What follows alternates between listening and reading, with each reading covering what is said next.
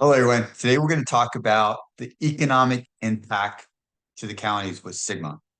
And this is an example of Madera.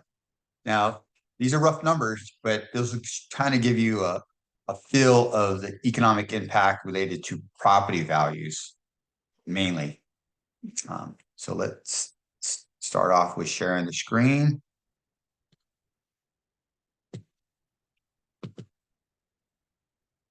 There we go.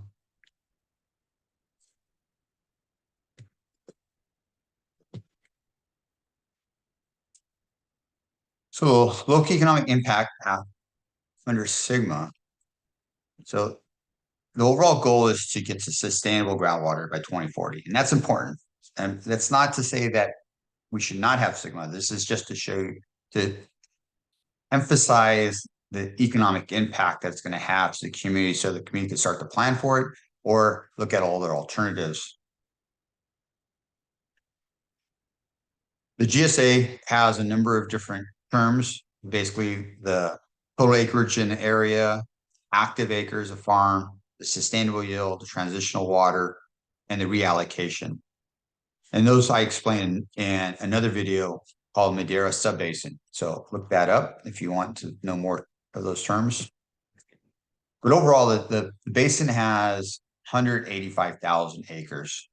Now, this is just the area that the county works with. This is not including the whole county. This is just the county GSA, which is 185,000 acres, and 85,000 of those are actively farmed. And we're going to focus on the 85,000 because that's where the real value is as far as property values and revenue streams. The other 100,000 that's not farmed, those are fallowed and been fallowed for some time, and we don't really see that as a real change in economic impacts. So when you look at the transitional water, sustainable yield, and a reallocation sustainable yield, a farm within a geographic area only gets 27.7 acre inches this year and eventually get down to 13 acre inches to farm with. And you need water in order to farm, in order to generate revenue. It's kind of a, simple valuation position.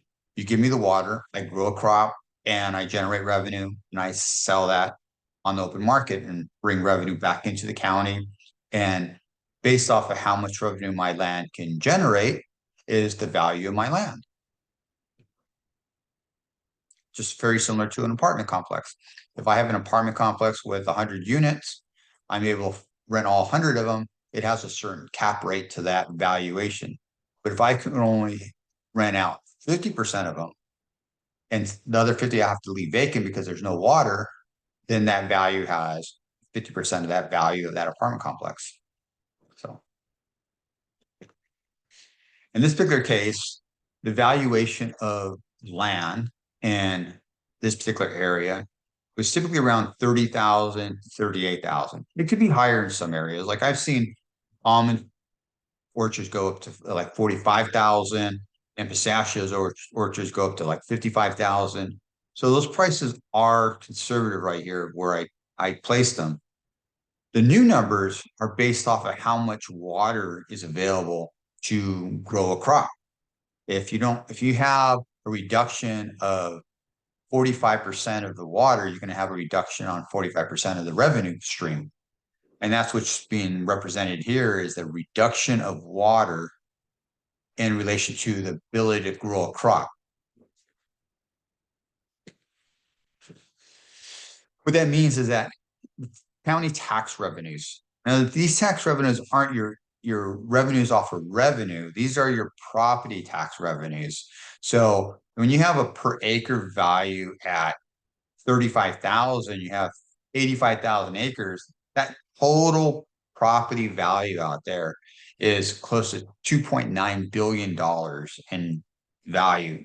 And the tax rate runs about 0.09%, like 0.9% up to 1.14% of your value to pay for revenue bonds and county infrastructure and all those things that make the county work, including the police department and individuals working in the county government. So that means they bring in approximately $29 million with that 85,000 acres, that valuation. Of course, there might be some Proposition 13s where the valuation is much lower than that, but this kind of gives you an idea of the impact, because the new value by 2040 is going to be around 7,800.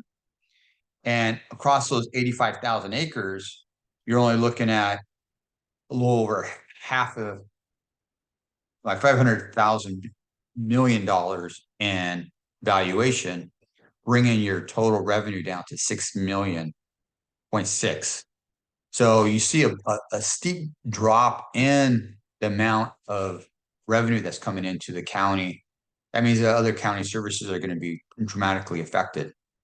Now, this is going to start taking effect immediately as far as the reduction, because right away we're almost at half the amount of water that should be available to grow crops. So that $29 million automatically should be close to $15 million now.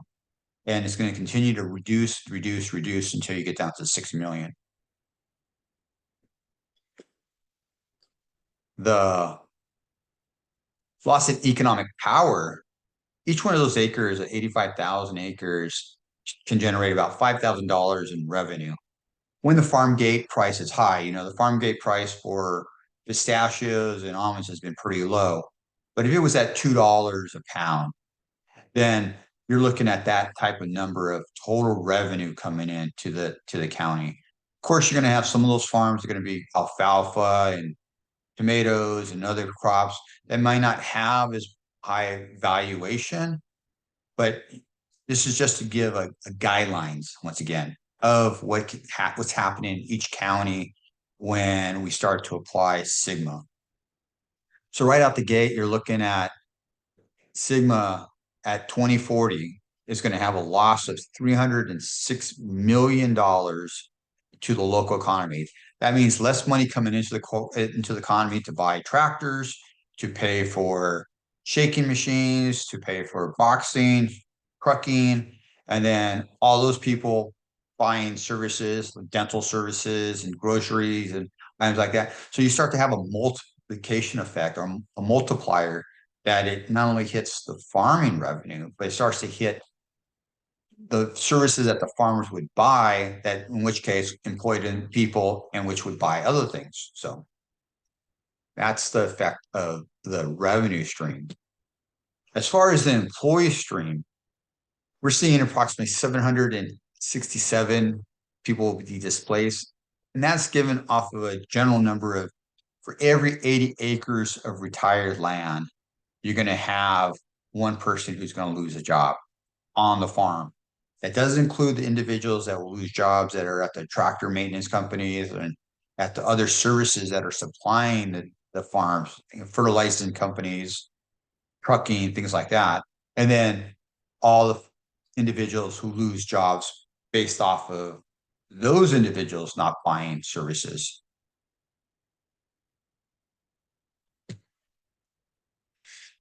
So this presentation really covered the fact of groundwater reduction in the 85,000 acres that the county runs, that some of those acres do receive some water from the rivers and from some canals, but in general, majority of them are relying on groundwater.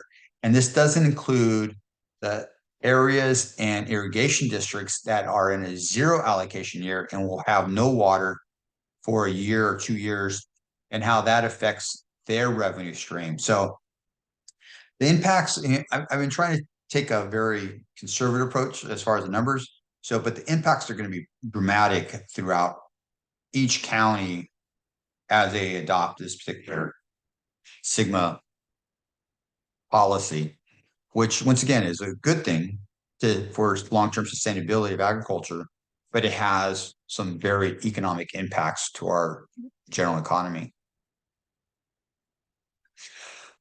The aquifer pipe, the product that we sell, can actually keep the full production of the land with only 10 acre inches. So we can keep that whole valuation up without retiring the land and without going through all this turmoil.